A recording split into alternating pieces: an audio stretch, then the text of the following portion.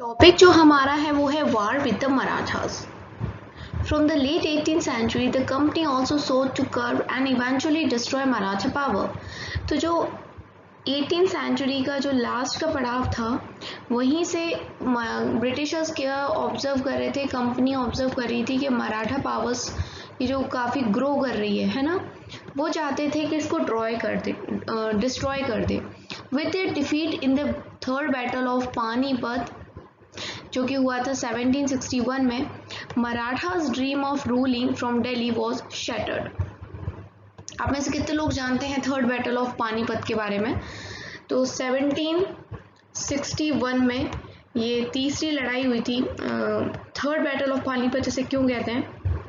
क्योंकि इससे पहले दो बैटल और हो चुकी थी पानीपत में। पानीपत एक जगह है। इसमें क्या हुआ था कि मराठास की बहुत बुरी हार हुई थी। एक तरफ थे मराठा और दूसरी तरफ था अहमद शाह दुर्रानी या अहमद शाह अब्दाली बोल लीजिए, और इसमें मराठास की हार हो गई थी। They were divided into many states under different chiefs, जिनको हम सरदार भी कहते हैं, belonging to dynasties such as. ये जो मराठास थे उसके बाद क्या हुआ कि डिवाइड हो गए अलग अलग स्टेट्स में, अलग अलग अपना इन लोगों ने चीफ बना लिया इनकी डायनेस्टीज वंश के अकॉर्डिंग, और राज करने लग गए। जैसे कि सिंधिया हो गए, है ना, होलकर हो गए, गायकवाड़ हो गए एंड भोसले हो गए। These chiefs were held together in a confederacy under a Peshwa, principal minister, who became its effective military and administrative head base in Pune. लेकिन इन सबको जोड़े कौन रखता था? एक प्रिंसिपल पावर थी। इन सबका एक गुट बना के किसने रखा था? पेशवा ने। आपने बाजीराव का नाम सुना था, वो भी एक पेशवा है, जिनके ऊपर मूवी भी बनी थी जिसमें दीपिका पादुकोण ने मस्तानी का रोल किया था, एंड उसमें वो भी थी, बाजीराव की वाइफ बनी थी प्रियंका चोपड़ा। तो एक मूवी है उसमें बाजीराव जो होते हैं वो पेशवा ही होते हैं। तो उसी प्रकार से पेशवा के अंदर ये जो अलग अलग हमने सिंधिया, होलकर, गायकवाड़ और भोसले जैसे अलग अलग मराठास इधर उधर बिखरे हैं, इनको एकजुट रखते थे। और इनका जो एडमिनिस्ट्रेटिव हेड था या हेडक्वार्टर मान लीजिए पुणे में था, पुणे महाराष्ट्र में। Mahadji Scindia and Nana Phadnavis were two famous Maratha soldiers and statesmen of the late 18th century. Mahadji Scindia और नाना फडणवीस ये कौन थे? बहुत ही महान मराठा सोल्जर हुए हैं 18th सेंचुरी के।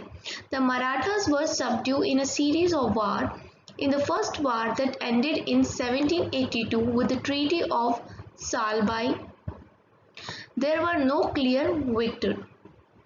पहले इस देखो मराठास और ब्रिटिशर्स दोनों की बहुत सारी लड़ाइयाँ हुई थी। जो पहली इनकी एक लड़ाई हुई उसमें जो पहले इनकी लड़ाई हुई थी ना, फर्स्ट वार 1782 में, उसमें ऐसा कोई एक विजेता नहीं हुआ। एक ट्रीटी हो गई, मतलब एक समझौता हो गया था, ट्रीटी ऑफ सालबाई। उसके बाद दोबारा सेकंड एंग्लो मराठा वार होता है, दोबारा इनकी लड़ाई होती है 1803 से लेके 1805 के बीच में इनकी दोबारा एक लड़ाई होती है, resulting in British gaining Odisha and territories north of the Yamuna river including Agra and Delhi, जिसमें ब्रिटिशर्स के हाथ क्या आ जाता है? उड़ीसा आ जाता है, और यमुना नदी के जो नॉर्थ की टेरिटरीज हैं जैसे कि आगरा और दिल्ली, ये अब ब्रिटिशर्स के हाथ आ जाती हैं। फाइनली तीसरी लड़ाई होती है एंग्लो मराठा। एंग्लो हम किसके लिए बोल रहे हैं इतनी देर से? ब्रिटिशर्स के लिए। तो तीसरी जब लड़ाई होती है एंग्लो मराठा वार, जो कि हुई थी 1817 से लेके 1819 में, इन्होंने पूरी तरीके से मराठा पावर को क्रश्ड कर दिया था। The Peshwa was removed and sent away to Bithoor near Kanpur with a pension.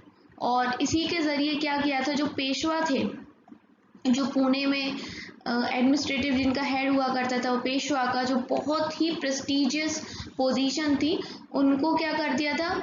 हटा दिया था उनके पद से, और बिठूर एक जगह है, कहाँ पर? कानपुर में, वहाँ भेज दिया था और उनको पेंशन दे दी जाती थी। The company now had complete control over the territories south of the Vindhyas. तो अब कंपनी के पास ना पूरी तरीके से कंट्रोल आ गया था सारी टेरिटरीज पे, ज़मीन पे, जो भी विंध्यास के साउथ में है। अब ये विंध्यास क्या है आप जानते हैं? विंध्यास एक माउंटेन रेंज है। इस प्रकार से विंध्यास क्या है? एक माउंटेन रेंज है। तो इसके नीचे की जितनी भी साउथ में टेरिटरीज आ रही है उन सब के ऊपर राज हो गया था यहाँ तक किसका? इन्हीं का, ब्रिटिशर्स का। Now claim to paramountcy. Now we will study what? The claim to paramountcy. चलिए इनको भी देख लेते हैं क्या टॉपिक में आपको समझाया जा रहा है। आपको ना इमेज करना है, हिस्ट्री को जब भी पढ़ें तो उस जमाने में पहुंच जाया करें जिस जमाने की ये बात चल रही है। उस जमाने में कैसा होगा, किस प्रकार से हम लड़े ब्रिटिशर्स से, ये आपको सोचना है। हिस्ट्री बहुत ही इम्पोर्टेंट सब्जेक्ट है और आपको बहुत कुछ सीखने को मिलेगा हिस्ट्री से, ठीक है। History is one of the best subject. आपको हिस्ट्री बताती है कि आप जो अभी हो वो क्यों हो, ठीक है ना। चलिए, it is clear from the above that from early 19th century the company pursued an aggressive policy of territorial expansion। अब क्या था, मराठास के जो हेड थे पेशवा, उनको भी उन्होंने पद से हटा दिया था अपने, तो थोड़ा घमंड भी आ गया था और इनकी पावर्स भी बढ़ती जा रही थी ब्रिटिशर्स की। तो जब स्टार्टिंग होती है 19th सेंचुरी की तो इनकी जो पॉलिसीज होती है वो और भी ज़्यादा बुरी हो जाती, क्रूअल हो जाती, एग्रेसिव हो जाती है, ठीक है। और ये ज़्यादा से ज़्यादा जो ज़मीन है, टेरिटरीज हैं, उनको हड़पना चाहते हैं। Under Lord Hastings, governor general from 1813 to 1823, ठीक है। लॉर्ड हेस्टिंग ये कौन है? गवर्नर जनरल है। कहाँ कब बने थे ये गवर्नर जनरल, कब कब रहे हैं ये भी याद रखें थोड़ा सा। 1813 से लेके 1823 के बीच में गवर्नर जनरल रहे थे लॉर्ड हेस्टिंग। और इन्हीं के टाइम पे एक नई पॉलिसी आई थी, पॉलिसी ऑफ पैरामाउंसी। इसके अनुसार क्या होता है? Now the company claim that it's authority The company claimed that its authority was paramount or supreme, hence its power was great than that of the Indian states। Company क्या claim करने लग गई कि हमारी जो अथॉरिटी है वो सबसे ऊंची है, सबसे सुप्रीम है, पैरामाउंट है।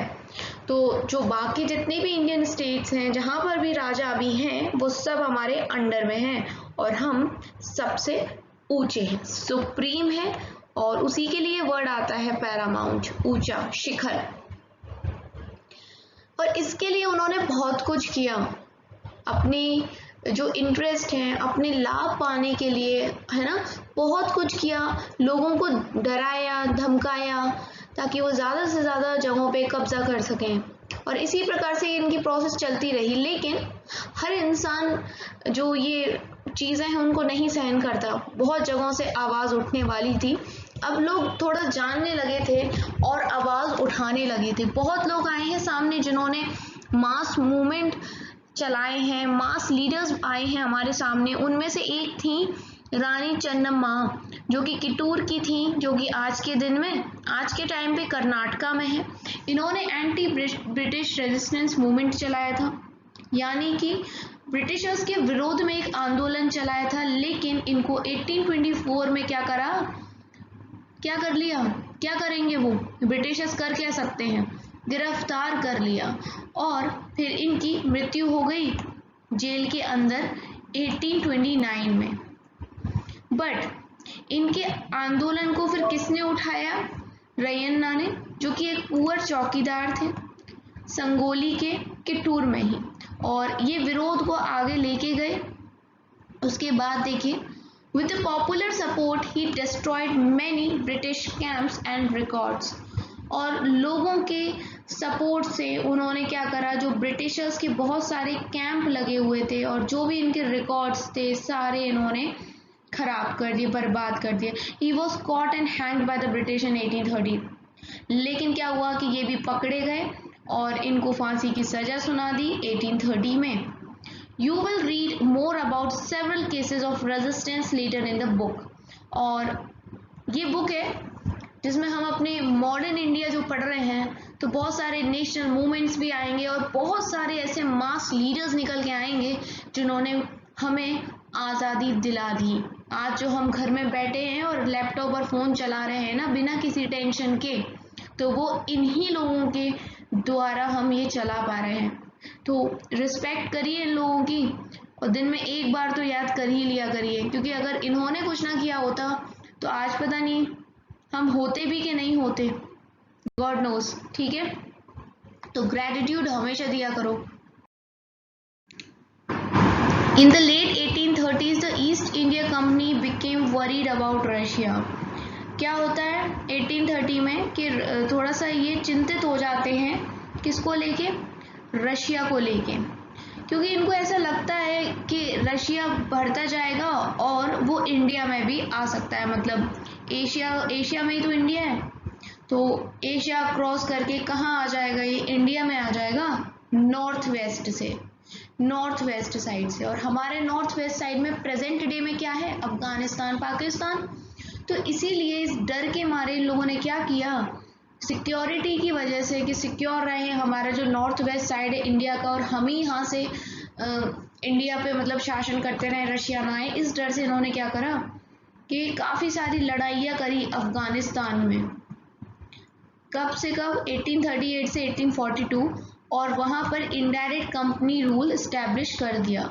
Sindh was taken over in 1843, और सिंध पे भी कब्जा कर लिया 1843 में। Next in line was Punjab, but the presence of Maharaja Ranjit Singh held back the company. और ये जो महाराजा रंजीत सिंह है ना, ये भी बहुत महान शासक थे पंजाब में, जिसकी वजह से पंजाब पे वो उस टाइम कब्जा नहीं कर पाए Britishers. After his death in 1839, two prolonged wars were fought with the Sikh kingdom. Ultimately, in 1849, Punjab was annexed. लेकिन जैसे ही महाराजा रंजीत सिंह की मृत्यु हो गई 1839 में, दो लड़ाइयाँ और हुई सिख किंगडम्स के साथ, लेकिन अल्टीमेटली क्या हुआ कि कब्जा हो ही गया पंजाब के ऊपर ब्रिटिशर्स का। Now we will see doctrine of lapse, very very important, जिसने बहुत सारी चीज़ें करी हैं हिस्ट्री में, मतलब इसका बहुत नाम है। पॉलिसीज़ तो कई आई, लेकिन ब्रिटिशर्स की कुछ इम्पॉर्टेंट पॉलिसीज़ में से एक है ये doctrine of lapse. The final wave of annexation occurred under Lord Dalhousie, और ये किसके द्वारा दी गई थी ये policy, doctrine of lapse, Lord Dalhousie, जो कि गवर्नर जनरल थे उस टाइम पे 1848 से 1856 के टाइम पे। He devised a policy that came to be known as doctrine of lapse। जैसा कि मैंने आपको बताया कि इस डलहौजी ने जो ये पॉलिसी बनाई, इसका क्या नाम था, डॉक्ट्राइन ऑफ लैप्स। इसके अंदर क्या था, that if an Indian ruler died without a male heir, his kingdom would lapse, that is become part of company territory। Doctrine of lapse के अनुसार क्या था कि अगर मान लीजिए किसी शासक के, इंडियन जो रूलर है, कोई इंडियन किंग है, वो मर जाता है और उसका कोई भी वारिस नहीं होता, मतलब कोई बच्चा नहीं होता, और बच्चा भी कैसा होना चाहिए, लड़का होना चाहिए, मेल होना चाहिए, नहीं होता, तो जो उसका किंगडम है वो कहाँ आ जाएगा, कंपनी के अंडर आ जाएगा। One kingdom after another was annexed simply by applying this doctrine। और इसी तरह की फालतू सी पॉलिसी को लगाते हुए इन लोगों ने बहुत सारे किंगडम्स को हड़प लिया, जैसे कि सतारा 1848 में, सतारा, संबलपुर 1850 में, उदयपुर 1852 में, नागपुर 1853 में, झांसी 1854 में। तो झांसी के नाम से तो आपको बहुत कुछ याद आ रहा होगा ना, खूब लड़ी मर्दानी वो तो झांसी वाली रानी थी। Finally in 1856 the company also took over Awadh, और 1856 में इसी प्रकार की इस डॉक्ट्राइन ऑफ लैप्स को लगाते हुए कंपनी ने अवध को भी हड़प लिया। This time the British had an added argument. They said they were obliged by duty to take over Awadh in order to free the people from the misgovernment of the Nawab. Enraged by the humiliating way in which the Nawab was deposed, the people of Awadh joined the great revolt that broke out in 1857. इस बार इन्होंने क्या कहा कि हम एक तरीके से इनका कहना ये था अवध को कब्जाते हुए कि हम इसलिए अवध को ले रहे हैं क्योंकि यहाँ के जो यहाँ पर क्या है जो गवर्नमेंट है वो सही काम नहीं कर रही है और काफ़ी जो नवाब थे अवध के उनकी बेइज्जती करी, जिसको देखते हुए लोगों में आक्रोश आ गया और 1857 की क्रांति जो हुई थी, रिवॉल्ट हुआ था, उसके अंदर लोग भारी मात्रा में शामिल हो गए। आपकी बुक में ना रिवॉल्ट ऑफ 1857 के बारे में ऐसे दिया नहीं है सच कुछ, और इसी में है रानी लक्ष्मीबाई और कैसे रिवॉल्ट स्टार्ट हुआ, मंगल पांडे एंड ऑल। तो अगर आप चाहते हो इसको भी समझना तो मुझे कमेंट सेक्शन में बोल दोगे तो मैं सेपरेट वीडियो लेके आ जाऊंगी इस पे कि हुआ क्या था, कैसे शुरुआत हुई थी 1857 में, कैसे हुआ था, क्योंकि यहाँ पर ऐसा कुछ दिया नहीं है। बुक में बस बोल दिया है कि रिवॉल्ट हुआ था एक 1857 में, लेकिन जो कुछ भी हुआ अगर आप जानना चाहते हैं तो आप कमेंट सेक्शन में बता देना।